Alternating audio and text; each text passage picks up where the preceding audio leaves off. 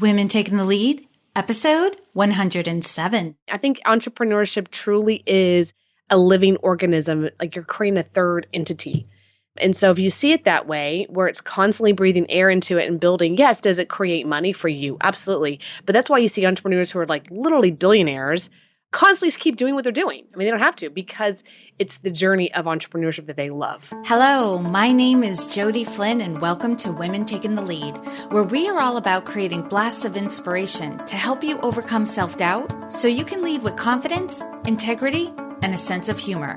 Head over to womentl.com/recognize to reserve your spot in our upcoming webinar on how to be recognized and rewarded for the work you do. Now, your future awaits, so let's get started. Hello, everyone, and thank you for joining us today. I'm here with Heather Ann Havenwood, who is the CEO of Havenwood Worldwide, LLC, and Chief Sexy Boss. She's a serial entrepreneur and is regarded as a top authority on internet marketing, business strategies, and marketing. In 2006, she started, developed, and grew an online information marketing publishing company from ground zero to over $1 million in sales in less than 12 months. Heather Ann currently is the author of Sexy Boss, How the Empowerment of Women is Changing the Rulebook for Sex, Money, and Success. And Heather Ann is a smart, sexy, savvy, and now stepping out from behind the curtain to educate, enlighten, and empower women entrepreneurs to grow or start an online business and live a fearless and fulfilled life. Heather Ann, that is only a little intro for everyone. I know for sure that there's a lot more to say, but tell us a little bit more about yourself and your own humble beginning. Well, thank you for that. I appreciate it. So, thanks everyone for listening. So my name is Heather Havenwood, and I guess I got started, I'm born and raised in Houston, Texas, but really, I started in the information marketing business because one day I saw an infomercial. And I was broke and I had just finished college and I just gotten fired from a job. So I kind of started in this business in a disadvantage. And I went to this infomercial one day, the infomercial saw it on the TV, and I went to their seminar and I sat down and they said, do you want to own your own business? Do you want to control your life? And I'm like 25 years old, and I had about $1,000 left on my credit card, and I signed up for this seminar and I went to it, and I ended up actually working for the company. And so I started traveling around the country, and I think that I started in this business, information marketing and entrepreneurship, on accident. But I don't really think it was truly an accident. I think it was definitely driven by a higher source. But my humble beginnings is this: is like I didn't know I wanted to be an entrepreneur until it presented itself. And I didn't know what I wanted to do with my life until it kind of the road showed that this is what I wanted to do with the rest of my life. You know what I mean? So, I didn't really have anyone growing up to say, this is what you should be doing or shouldn't be doing. I just kind of fell into it. So here I am many years later as an entrepreneur. I'm 100% unemployable. I do know that. I learned that along the way, that I'm 100% unemployable. Yeah, I think a lot of people who were either entrepreneurs from the get-go or the entrepreneurial bug bit them. Yeah. They realize they can't go back. Yeah, you can't go back after you have been an entrepreneur for so long. I've tried. It's interesting. I have over the years. I've gone back. I've tried to go back to corporate America, and I've been fired pretty much 5 or 6 times from corporate America. And however, the first time I ever had when I was 21 from corporate America, I was number 1 in sales out of the whole country, and then I was fired. So it's just an interesting, I think some people are born sometimes to be a leader or be an entrepreneur, but they don't know it. You know what I mean? So until they step into their own, then they can learn how to be it. Yes. Or it's something they need to become in order to live out, whatever they want to call it, their mission, their dream, their purpose. That's what happened to me. I was pretty happily in corporate America thinking like even when I transitioned, I would probably find another job. But when I found coaching, it was very clear that I would need to start my own coaching business. And it was just like it was like a shoulder shrug. It was just like, okay, then that's what I'm going to do. Yeah. and off I went. Yes, to become I understand that completely. 100%. So, Awesome. Heather, so clearly, I mean, to go from like 25 naive, maybe I should do this, discovering you're unemployable, to, having done all these crazy things. And I know this like 1 million in sales in less than 12 months and a startup. That's probably just one example of what you've done. And you've definitely gained confidence in, your ability as an entrepreneur and your ability to guide and encourage entrepreneurs. But take us back to a time when you were playing small. You may not have been aware of it at the time. Share with us the story and the lessons you've learned. Thanks for that question. So because I was in the information marketing business, let me kind of get a sense of what that looked like. So I was in the seminar business. So I traveled around the country with a team, and it was me, usually, and men, right? 2 or 3, 4 men. And I was traveling around the country doing events and seminars where we would go to a city and then we would sell something in the back of the room for $2,000 and $3,000 and $4,000. And I worked for a company at the time where it was one of the top information marketing seminar companies in the country. And I was a freelancer for them, And so I remember I'm in the van, right? I'm in the van, and the top guy, like the owner of the company, I'm the only female on the team. There's 3 other counterparts or males, and I'm the 4th, and I'm the only female. And he looks at me looks at me and he says, you better step it up, or something like this. Like, you better make the sales, like looking at me. And I'm like, I know I've been doing okay, right? I think I've been doing well, but I just kind of downplayed myself. I'm like, I'm sorry. Did I do something wrong? I was really upset and thinking, this guy doesn't like me. He's going to fire me. In the back of my head's going on and on and on. So we went to the event, and it's a 4-day event. And I'm busting my butt, right? I'm like calling people out of the room. I'm going to these one-on-ones, and I'm just, what I do is I pull people out and I have these conversations. It's kind of like coaching, and I'm moving people into a higher level seminar up to $12,000, $15,000 with the product that I'm selling. And I'm just like back and back. And it's like day 3. And his daughter, who at the time was like the running CEO, this is a woman that you don't want to talk to. Like, she comes up to you, you want to run away. She's scary. And she walks up to me and she like pulls me aside into this private room, and she just looks at me and she goes, "What are you doing?" I'm like, what did I do wrong? And I'm thinking in my head, oh my God, my sales aren't high enough, whatever. And she goes, "I don't know what you're doing, but you've pulled in 3 days over $120,000 in sales, and your male counterparts have pulled in total of $10,000. So what are you doing?" And I literally was like, I don't know. She's like, "Well, whatever you're doing, keep going." And then she like gave me like $1,000 because we're in Vegas. She gave me $1,000 in cash. She goes, "Go have fun tonight," or something like that. And I'm thinking to myself, oh my God, like I really was so downplaying myself that I was so focused on just, proving that I was worth it, that meanwhile I was kicking butt, you know what I mean? Mm-hmm. And I had no idea that I was kicking butt. And so I think we as women specifically, we try to go overboard in like proving ourselves to others. And sometimes it's to our advantage, and sometimes it's not. You know what I mean? And that was one place in my life that I really kicked back and go, wow, I'm actually really good at what I do. I just don't really I don't acknowledge myself because I'm constantly feeling like I have to catch up to the boys club. You know what I mean? So that was how I felt at that time. Yeah, you were more than capable the whole time. Yeah. You just didn't realize it. We call it the slingshot effect, right? Where you have to pull the sling back to create tension in the band to shoot forward. And this guy, I mean, I don't really think he was doing this for your edification or your motivation. No. Essentially had that effect on you where it just nudged you enough to make you feel like, oh my God, I'm not doing enough. I'm not pulling my weight. And then next thing you know, you put in a little bit of effort and you're killing it. Yeah. Right? Yeah. And I don't mean to downplay it. I bet you were hustling. Oh, I was hustling for 3 days. It was nonstop, but it was just interesting, and still she just kind of had this, what do you do? When she said, what are you doing? I'm thinking, oh my God, I'm in trouble. What did I do wrong? She's like, no, really, let me explain. And so she told me, and she's like, whatever you're doing, like you're rocking it. And this is the first time this person's ever spoken to me. So I'm literally shaking in my boots, and she's like, I'm proud of you. Like there was a moment of a woman to woman moment. Like, I'm proud of you, but I can't say that, So. Right. I need to be very serious. Yes, and she was. Like, so what are you doing? I'm like, so.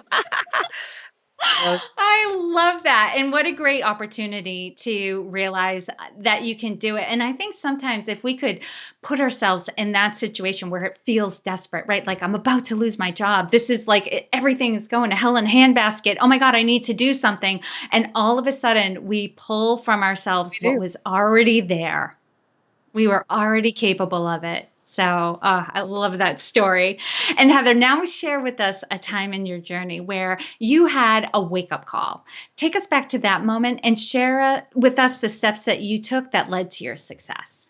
Well, and I share this in my book. So I call it From Bankruptcy to Sexy Boss. So at that time, I built a business from $0 to $1 million. It was me and a business partner where there's two lessons here. One, I built a business partner for a business partner. It was a man. And I was like, he was the face and I was that supporter type. As a female, we're very good at building and supporting. And I did that very well. And I built his business while he was the king of the hill. And I came home one day from an event and everything was gone. Computers were gone, merchant accounts were gone, everything was gone, bank accounts were emptied, and I had nothing left except the bills. And literally I was forced into foreclosure and bankruptcy within 30 days. I had nothing. So that was like my first aha of like, I'm never doing that again, where I'm building somebody else's company.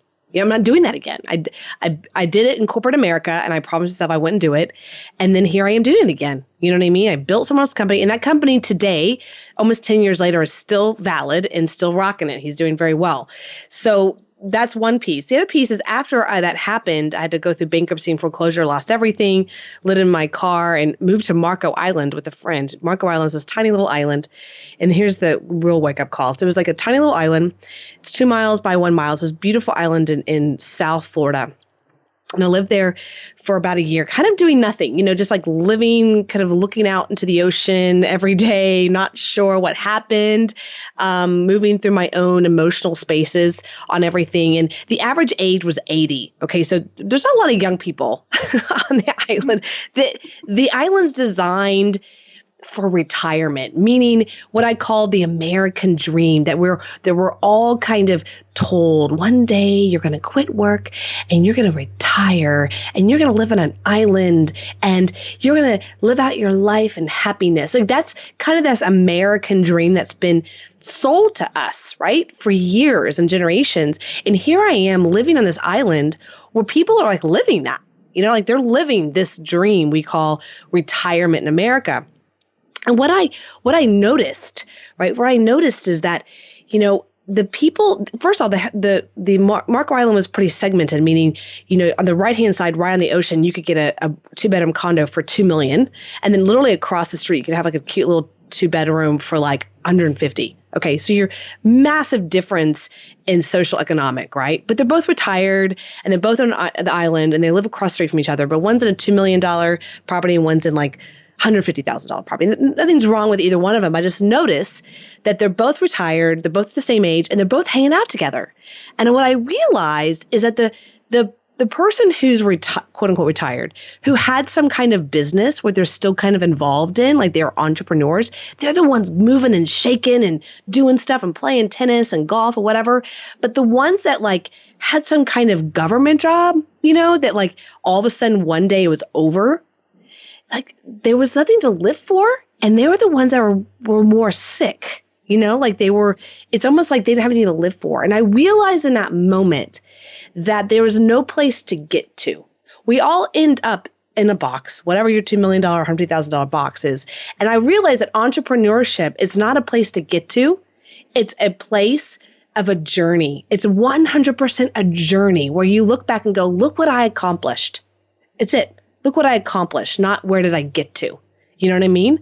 And so I found that really interesting. And that was the aha moment that I woke up to and chose to move to Austin, Texas and start again. Because I knew it had nothing to do with where I ended up. And it mattered what I did while I was here. the accomplishment. And so I just really love that analogy because I really just saw it really wasn't where you end up. We all end up kind of in the same place and ground. I mean, you know what I mean? But what's the accomplishments we have while we're here? It's the journey. And I love how your perspective changed. And then all of a sudden you had all this energy and motivation to get back into the game. And what's so funny, that your story is almost like an analogy. Like you went to a retirement island to check out for a while. I did.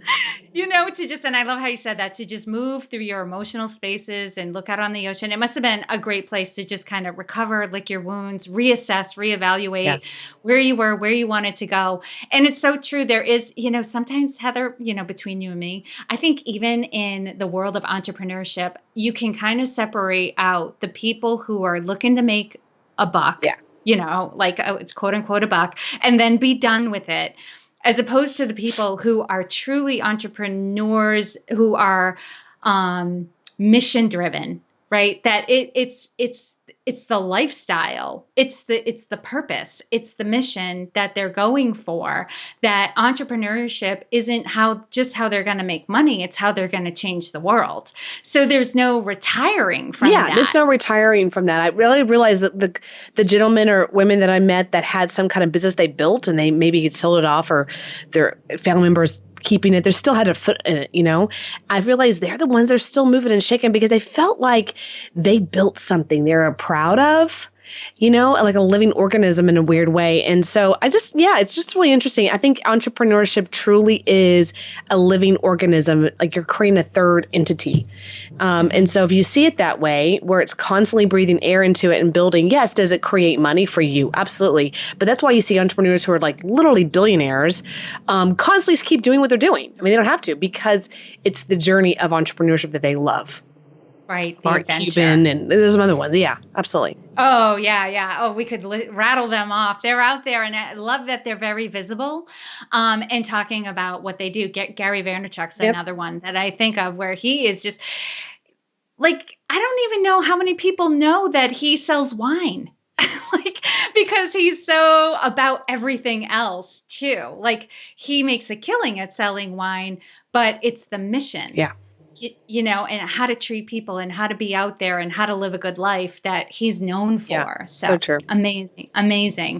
All right, Heather, what I want everyone to get is there is no one way to lead. We're all different. We have different personalities. We have different strengths. There are different things that we're up to in the world. So we're all going to lead a little bit differently, and that's perfect. So how would you describe your leadership style? Thanks for asking this. It's something that I didn't even know I had. It's kind of an automatic skill set that I had that I realize now, looking back in college, it was kind of created or pointed out to me, but I didn't understand it at the time.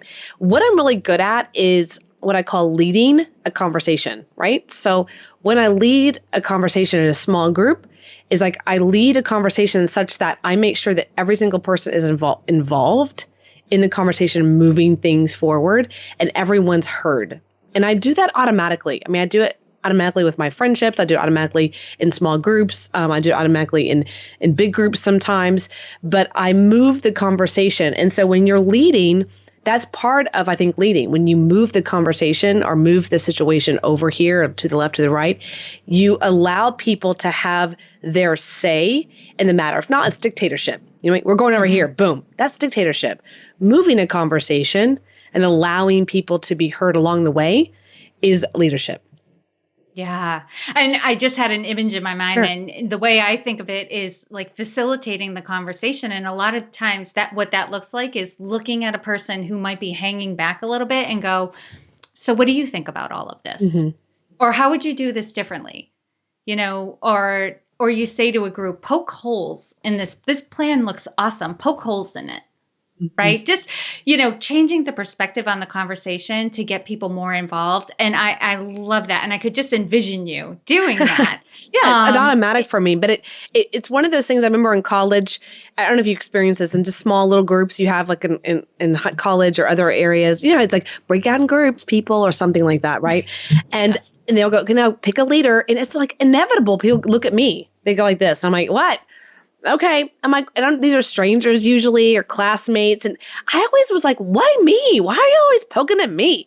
You know what I mean? But I'm looking back and now it's like, it's not automatic because I kind of carry myself as confident, but I'm not going to dictate somebody. That's what they feel. Like, okay, she's not going to be a dictatorship and mean to us. So we want her. And then that was always like, okay, great. I'm the leader, but my job is just to have, your voices come through me in whatever the situation is. Right.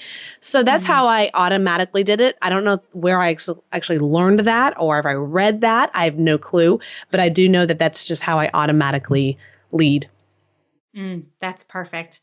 And segueing right into the next question, Heather, what is one thing that you're working on right now that you're really excited about and want to share with us? Thanks for asking this. So, honestly, since 2007, 2008, I rebuilt my own business in digital marketing, but only in the last year when I came out with my book, Sexy Boss, that I started to say, hey, I now want to coach people. So I'm right now focused on coaching other individuals, corporate, non-corporate, that want to take their information, their knowledge they've created or learned in their business for 20, 22 years, or their career, and how do they take that knowledge into the workplace or into the marketplace and sell it? So that's what I'm doing now. Is I'm coaching people and I'm loving it because for a long time I didn't coach people mainly because I had just finished the bankruptcy and I had to rebuild my business for myself. And now standing on those pillars, I can say, great, I rebuilt this from scratch with no help, no funding, no Wall Street money or anything like that. I built it from scratch, from zero up. I want to help other people do the same thing. So that's what I focus on now is really coaching people one-on-one specifically. Oh, that's awesome. And is there anything that you're looking to coach them specifically on? I know your book is all about marketing, online marketing, business strategies, that sort of thing. Who is the ideal person that you love to work with? My ideal person is someone that's probably been in their career and or in their job or career or business for 20, 22 years, 15 years, and they're saying, hey, I have this knowledge, right? How do I take this knowledge to the marketplace? What is my market? What's my target market? What's my message to market? How am I going to get that message out to the world such that I can actually sell this information or sell me as an expert to the world? So that's specifically my market. For instance, one of my clients, he has a towing business, had for 22 years, and he now comes to me and he's creating an entire academy around that specific field. So that's an ideal client for me.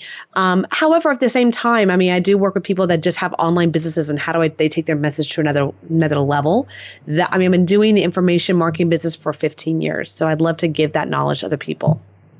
Yeah. And that's one of those places, the internet marketing, where it looks so murky and looks like murky. A bear from the outside. It is murky. There's a million different ways you can do it. Right. And I think for a lot of people, they get so frightened of it that they're just like, they're okay with dabbling in social media. They might try building their list and then they get stuck.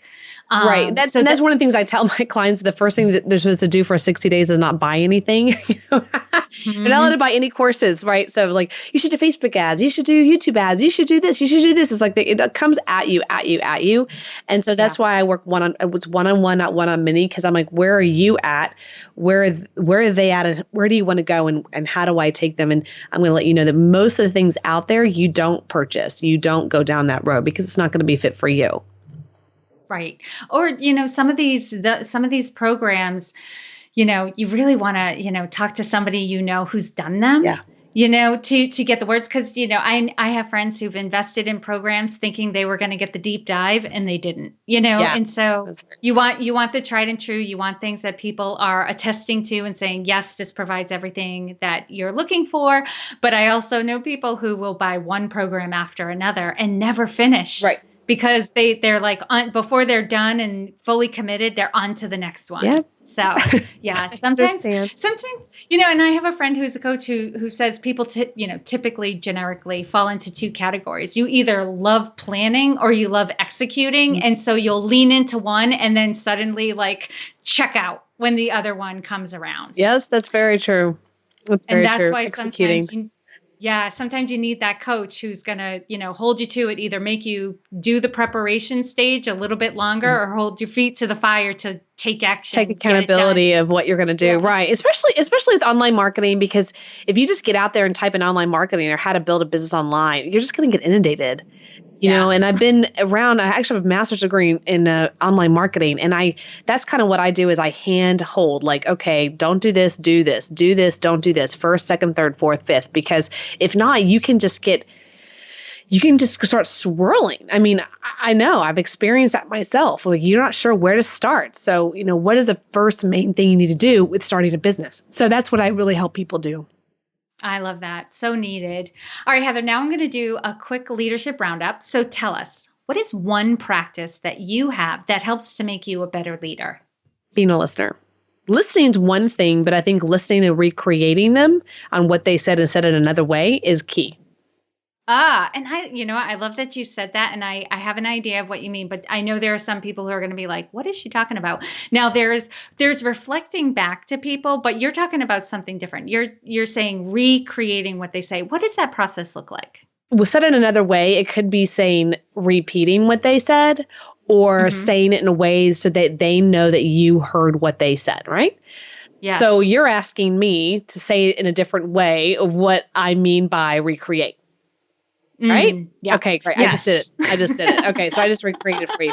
So you're just making sure you're basically recreating what they're saying in such a way that they go, yeah, you actually heard what I said. Because how the human brain works is if they say blah, blah, blah, blah, blah, blah, blah, and then you just like give them an answer, or if you just go, yeah, okay, thanks, and you move on, they feel they are not heard, right? If you say, what I heard you say is, Jody, this, right? And they go, yeah, that's what I said.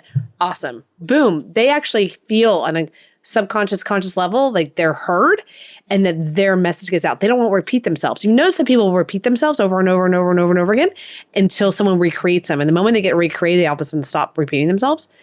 It's because they don't feel like what they're saying is being heard.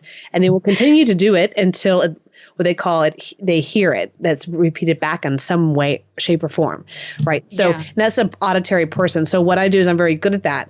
And what that does is it allows people to go, oh, I'm being heard. And then it kind of dissipates the energy. Like, oh, okay, I can sit back and I feel like I'm being heard. This is awesome. Yep. I'm ready for the next thing. And that practice really helps move the conversation along. You don't get stuck, because we've all been in that conversation where somebody's repeating themselves or you think you've gotten beyond it and they go back, right? Because they still don't feel like you heard them, but recreating it helps to just move the conversation. So you're on to the next point, on to the next point, on to the next point, done. Yes. I love it. All right, Heather, what is one book that you would recommend to a woman to help her develop her leadership? The Game of Life and How to Play It by Florence Scovel Shinn. Ooh, what's this about? I haven't heard this one. Well, it's my go-to book on everything. And so Florence Scovel Shinn was this amazing, I would say, a coach. She was a metaphysical healer. She was, but in our terms nowadays, she was a coach back in the 20s and 30s, which, women back then didn't have those kind of leadership roles. And she did events and seminars and things like that. And people would come to her for guidance. And she was a metaphysical energy healer. But inside the book, she actually teaches what I call the laws of the universe and what they are and how to put them into our life on a daily basis. Now, some of the terminology, obviously you can tell is in 20s and 30s, you know what I mean? But everything's still relevant. I mean, down to money, our money conversations, how we think about money, money is energy. And it's not just law of attraction, because it's not that piece. It's actually that another level of laws of the universe, like how the universe actually works in the world of the law, because I believe that. And she then quotes the Bible to actually support her statements. It's pretty interesting. That's wild. Yeah, I'll have to check it out. Really great awesome. Book. Thank you for that. It's easy read too. It's like really easy. And she has affirmations, things like that you can use as well to undo things.